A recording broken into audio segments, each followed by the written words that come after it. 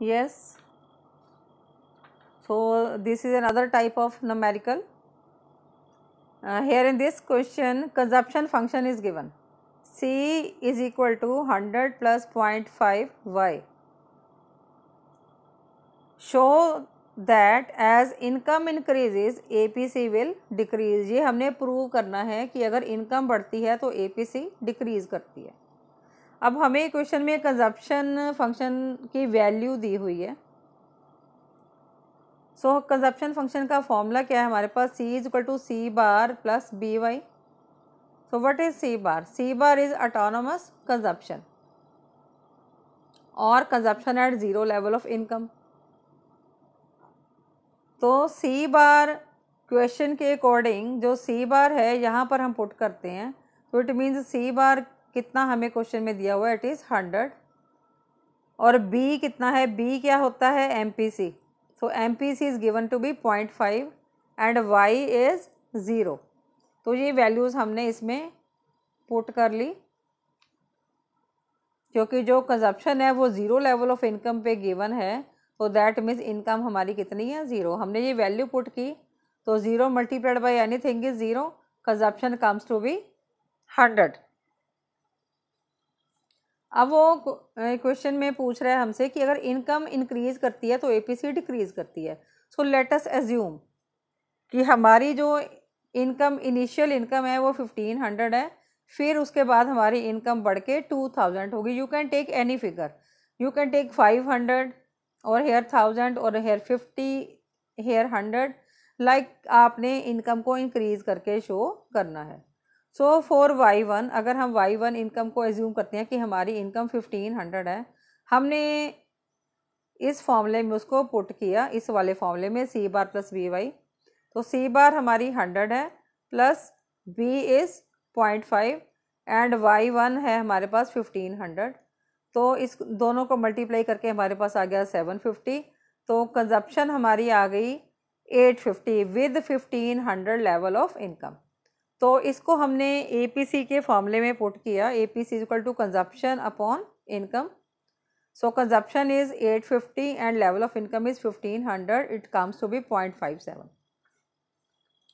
Now if income increases to 2000, that means if y2 is 2000, हमने इसको इस फॉर्मूले में पुट किया, सी बार प्लस ये 0.5 इंटू वाई, सी बार 100 है हमारा प्लस 0.5 इंटू 2000। इनकम बड़ी है हमारी इस बार, तो बढ़ी हुई इनकम से कंजप्शन हमारी कितनी आ गई, इट इज़ 100 प्लस 1000 1100।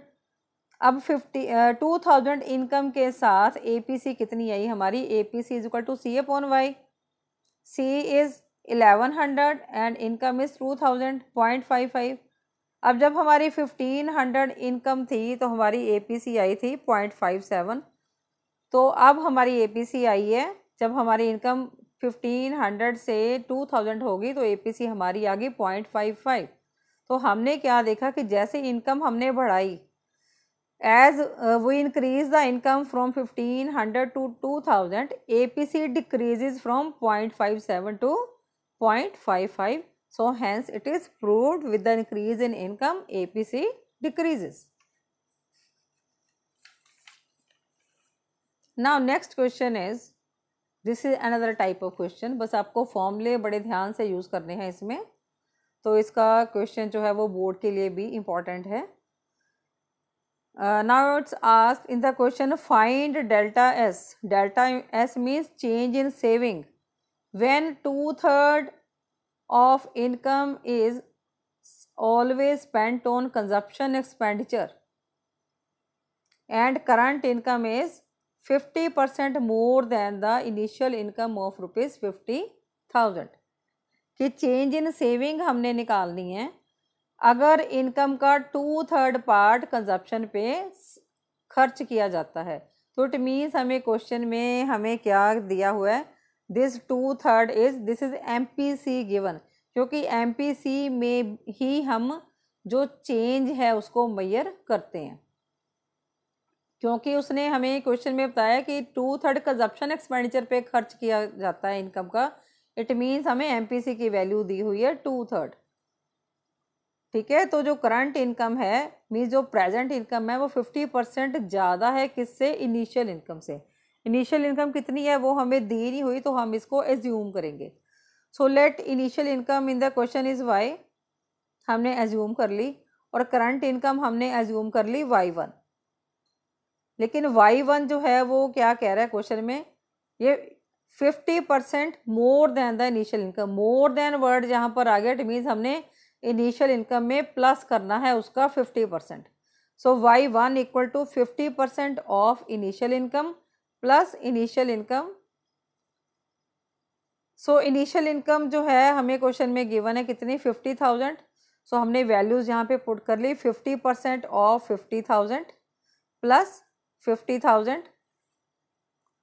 तो 50% ऑफ 50,000 ये हमारा कैलकुलेट करके आ गया है 25,000 plus 50,000। So 25,000 plus 50,000 it comes to be y1। y1 means initial income 75,000। अब हम निकालेंगे चेंज इन इनकम, हम निकालेंगे। सो चेंज इन इनकम कैसे आएगा, y1 माइनस y। सो जो y1 है हमारी क्या है, करंट इनकम। तो this is y1 is the current income. हमने एज्यूम किया था y1 जो है वो करंट इनकम है। तो दोनों का डिफरेंस, करंट इनकम और इनिशियल इनकम का डिफरेंस कितना आया, 75,000 माइनस 50,000 25,000। नाउ MPC हमें क्वेश्चन में गिवन है 2/3। फॉर्मूला क्या होता है इसका, delta C upon delta Y is 2/3। But MPS equal to delta S upon delta Y, but we know that MPC plus MPS equal to 1. So MPS will be 1 minus MPC, but MPC हमें कितना given है, 2/3, ये हमने यहाँ पर put कर दिया। So MPS will be 1 minus 2/3 is 1/3। So MPS का फॉर्मूला हमने यहाँ पर अप्लाई कर लिया, MPS equal to 1/3 equal to delta S upon delta Y। अब हमें क्वेश्चन में डेल्टा Y हम यहाँ निकाल चुके हैं ऊपर 25,000, हमने इसको यहाँ पर पुट कर लिया। डेल्टा S की वैल्यू मिसिंग है, तो 1/3 is equal to delta S upon 25,000 by cross multiplying 3 into delta S equal to 1 into 25,000। So delta S की वैल्यू हम फाइंड आउट कर सकते हैं 25,000 upon 3। So this figure comes to be change in saving. So by this way we can do all the numericals of aggregate demand and aggregate supply concept. You can use consumption function formula, saving function formula, then APC, APS, MPC, MPS, all formula you can use by this.